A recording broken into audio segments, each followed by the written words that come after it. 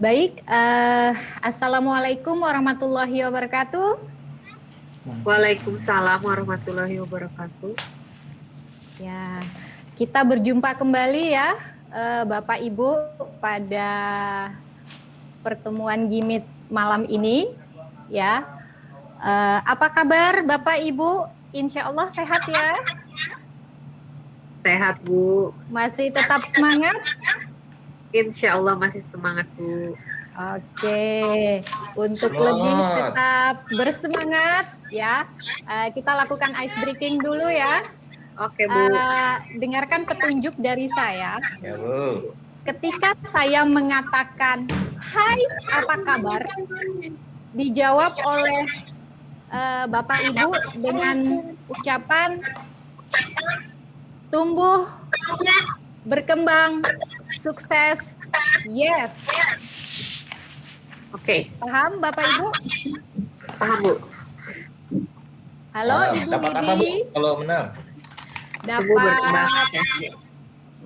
apa dong? Souvenir cantik nanti ya. Dikirimkan ke sekolah masing-masing. Dapat iced tea. Ya. Oke Bu. Baik, kita mulai ya Bapak Ibu. Hai, apa kabar? Tumbuh, berkembang, Tumbuh, berkembang, sehat. Sukses. Yes. Kok jadi sehat sih Pak Mahdi? Yes. jadi ngantuk. Nah, Itu sudah disuruh sukses malah sehat dia. Sehat emang dia Bu. Iya. mirip-mirip Posyandu ini Bu. Iya. Oke, saya senang sudah melihat senyum Bapak Ibu ya di malam ini ya. Berarti tetap masih bersemangat.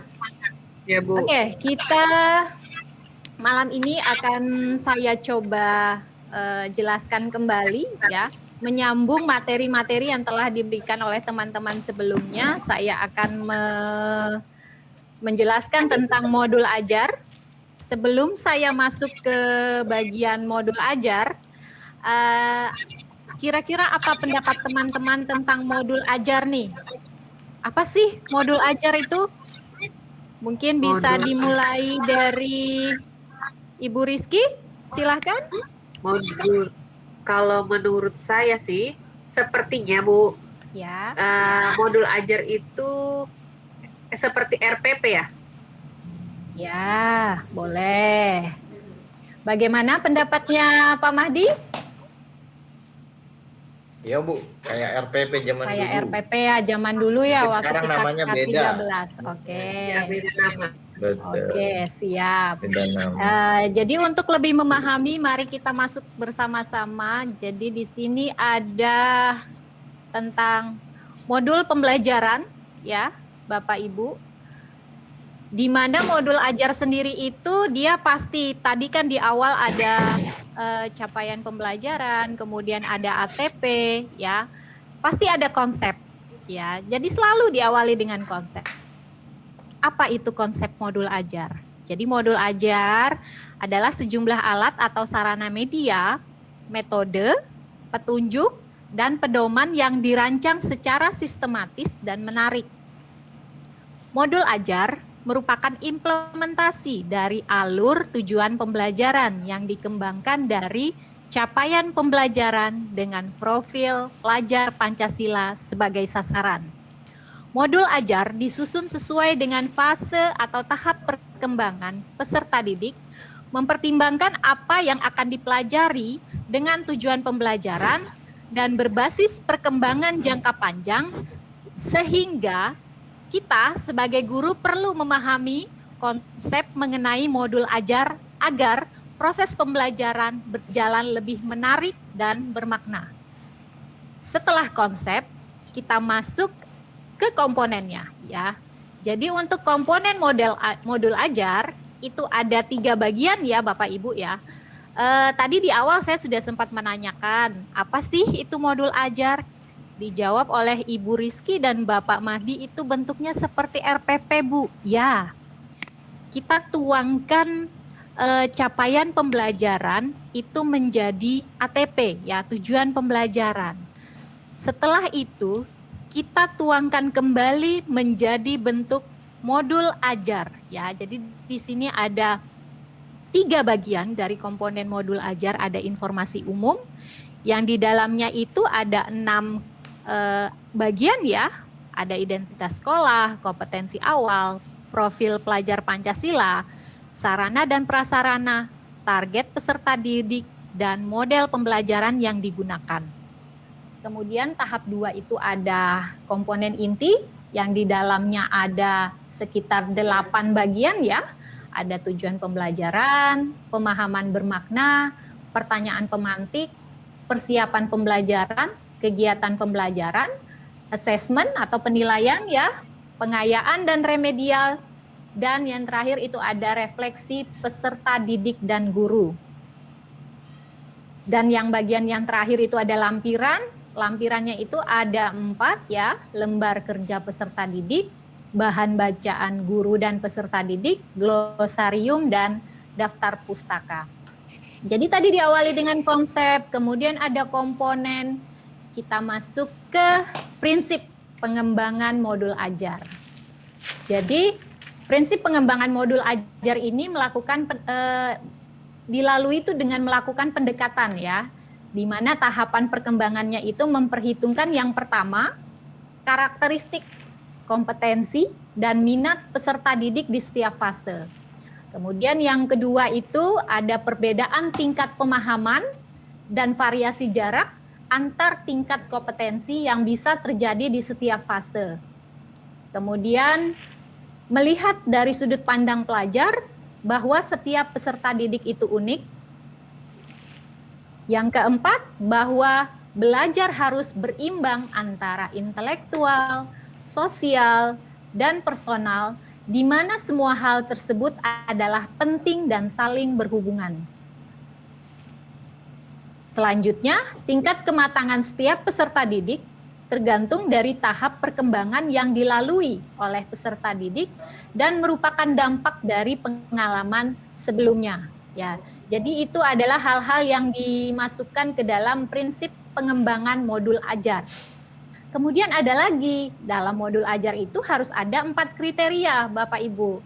Yang pertama itu esensial. Apa sih esensial?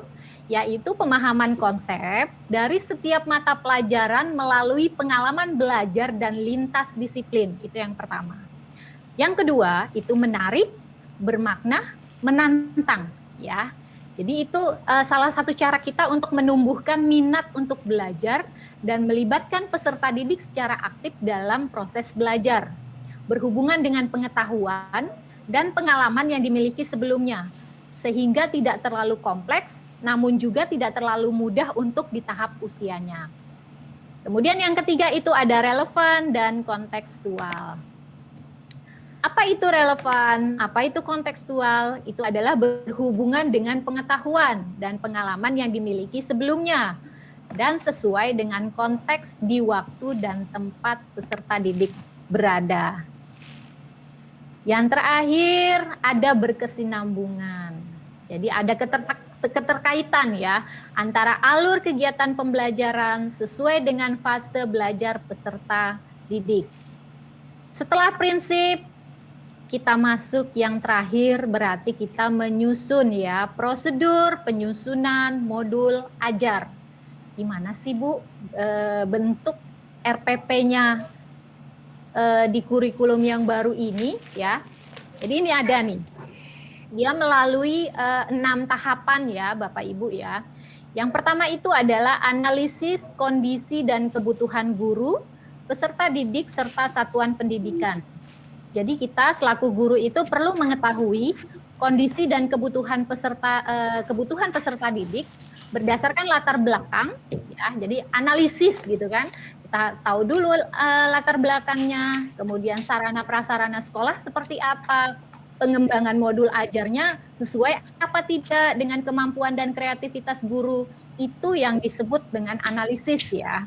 Kemudian yang kedua, tadi tetap kita tidak meninggalkan profil pelajar Pancasila ya. Jadi yang kedua itu ada identifikasi dan menentukan dimensi profil pelajar Pancasila. Kita selaku guru menuangkan ke dalam penyusunan modul ajar tadi profil pelajar Pancasila mana saja dari 6 dimensi yang sudah disebutkan sebelumnya yang bisa atau yang paling memungkinkan untuk dikembangkan dalam proses pembelajaran. Kemudian tahap ketiga kita menentukan alur tujuan pembelajaran ya yang akan dikembangkan menjadi modul ajar. Jadi keterkaitan ya dari capaian pembelajaran dia menjadi ATP ya alur tujuan pembelajaran kemudian dikembangkan menjadi modul ajar. Oleh karena itu guru harus dapat memilih. Jadi kita harus benar-benar paham dulu tuh apa ATP gitu kan untuk dapat menghasilkan pengembangan sekolah atau mengacu pada ATP yang ada ya. Selanjutnya yang keempat kita menyusun modul ajar berdasarkan komponen yang tersedia. Selain komponen inti ya, guru dapat memilih komponen sesuai dengan kebutuhan pembelajarannya. Jadi kembali lagi karena kita ada istilah merdeka belajar, jadi ibaratnya guru diberikan kebebasan ya, merdeka untuk memilih komponen yang sesuai dengan kebutuhan di sekolahnya, kebutuhan peserta didiknya ya di dalam suatu pembelajaran. Kemudian langkah yang kelima adalah pelaksanaan pembelajaran itu sendiri ya. Kita selaku guru melakukan kegiatan pembelajaran sesuai dengan modul ajar yang sudah kita susun sebelumnya.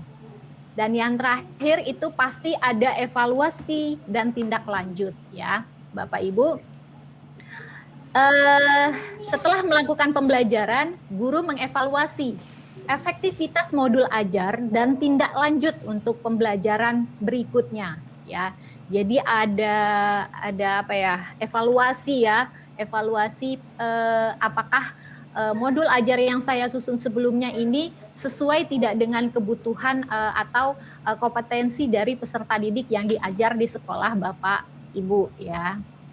Untuk selanjutnya mungkin ini ada sedikit contoh dari modul ajar ya, ada 3 Bapak Ibu ya. Ada dari kecantikan untuk kelas 10 asesmen sanitasi ini contohnya, kemudian ada yang dari kelas 10 peralatan dan aplikasi perkantoran, kemudian ada juga dari kelas 10 pemrograman terstruktur ya. Sebentar, saya ganti slide Bapak Ibu, masuk ke contoh ke modul tadi ya. Ya. Tadi disebutkan ya di awal. Ya, bahasa Inggris, Bu. Ya, Bapak Mahdi. Untuk yang bahasa Inggris itu saya harapkan di kelompok ini kita dapat bersama-sama ya membentuk nanti di akhir ya Bapak Ibu, karena ibaratnya ini kita masih penjelasan materi. Nanti akan ada ibaratnya kita menyusun action plan, kemudian nanti kita bersama-sama berkolaborasi untuk menyusunnya menjadi sebuah modul ajar untuk bahasa Inggris ya Bapak Mahdi ya.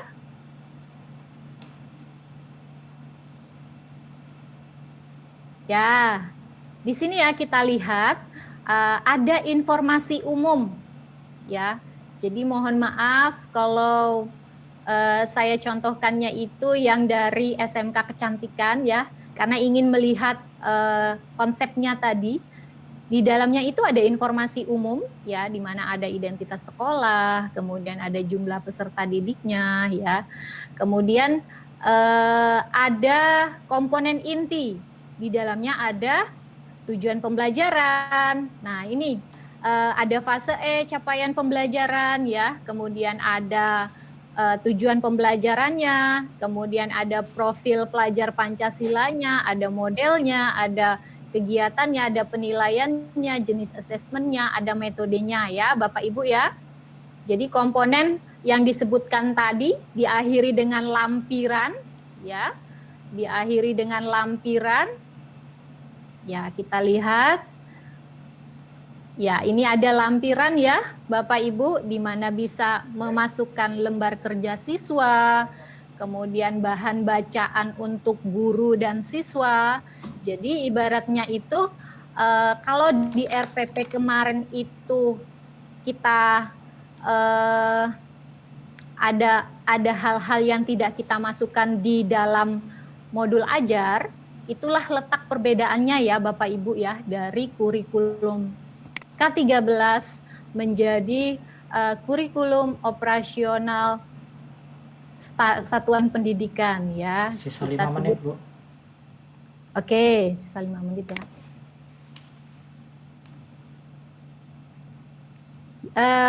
Mungkin itu sedikit informasi yang bisa saya jelaskan, bisa saya berikan tentang modul ajar Bapak Ibu.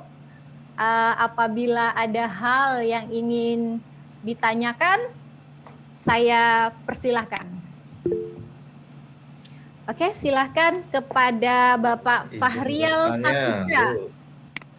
Ya, terima kasih Bu atas waktu yang diberikan. Ini yang ingin saya tanyakan adalah di dalam penyusunan modul belajar itu ada beberapa elemen ya, kalau tidak salah ada menyimak berbicara, kemudian membaca memirsa, dan yang terakhir ada menulis dan mempresentasikan. Apakah masing-masing elemen ini harus diajarkan satu-satu atau terintegrasi dalam satu kali modul pembelajaran seperti itu, Bu? Oke, siap. Saya terima dulu dan saya jawab dulu untuk pertanyaan dari Bapak Fahrial. Ini menurut pendapat saya Bapak Fahrial ya.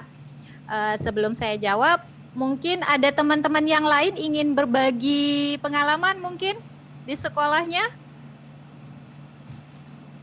Bagaimana Pak Mahdi? Kebetulan saya juga mau nanyakan hal yang sama. Oh, Bu. hal yang sama ya. Oke. Coba kita ini ya. Iya. Hal-hal yang disebutkan Pak Fahrial tadi itu masuk di bagian capaian pembelajaran ya.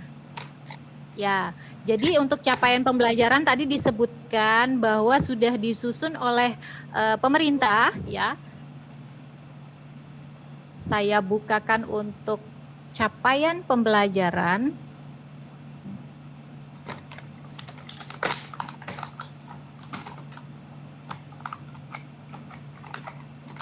Di mana pada fase E ya, tadi Bapak Fahrial mengatakan kita ada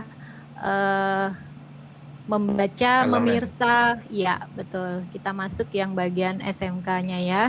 SMK itu fase E. Ya, kalau menurut hemat saya Pak ya, karena tadi di awal katanya guru diberikan kebebasan untuk memilih ya kompetensi mana yang akan dituangkan dalam pembelajaran sesuai dengan kemampuan dari peserta didiknya ya. Jadi mungkin kalau untuk elemen yang ada di dalam fase E, menurut pendapat saya itu bisa kita tuangkan secara menyeluruh ya. Bisa kita langsung memasukkan menyimak berbicara, membaca memirsa, sekaligus menulis dan mempresentasikan karena titik balik kita itu adalah dari kita harus memuatkan tujuan pembelajaran dari CP tadi menggunakan taksonomi Bloom, di mana memuat C1 sampai dengan C6. Jadi pendapat saya dalam satu modul ajar kita dapat memasukkan seluruh elemen dengan membedakannya itu menjadi di masing-masing pertemuan ya. Jadi satu modul itu bukan hanya untuk satu kali pertemuan. Jadi satu modul ajar bisa kita muat 2 sampai dengan 3 pertemuan baik daring maupun luring. Mungkin itu pendapat saya Bapak Fahrial. Ya, baik, terima kasih Bu. Ya, ada pertanyaan yang lain Bapak Ibu? Sisa 1 menit Bu. Oke, saya pikir untuk pertanyaan cukup sekian ya Bapak Ibu ya. Saya akan berikan kesimpulan bahwa modul ajar yang kita susun ya, ini adalah hak mutlak dari seorang guru ya. Jadi ibaratnya itu kita memang harus paham dan mampu untuk menerapkan menyusun modul ajar sebaik mungkin ya, dengan melihat kompetensi atau kemampuan dari peserta didik kita masing-masing di sekolah Bapak Ibu saat ini ya. tanpa harus melupakan bahwa alurnya yang perlu kita pahami adalah dimulai dari capaian pembelajaran, alur tujuan pembelajaran, sampai dengan masuk ke modul ajar. Ya, Bapak Ibu, mungkin cukup sekian ya penjelasan saya kali ini untuk modul ajar. Apabila ada salah kata, ada perbuatan saya yang kurang berkenan, saya memohon maaf. Bapak Ibu, saya tutup. Assalamualaikum warahmatullahi wabarakatuh.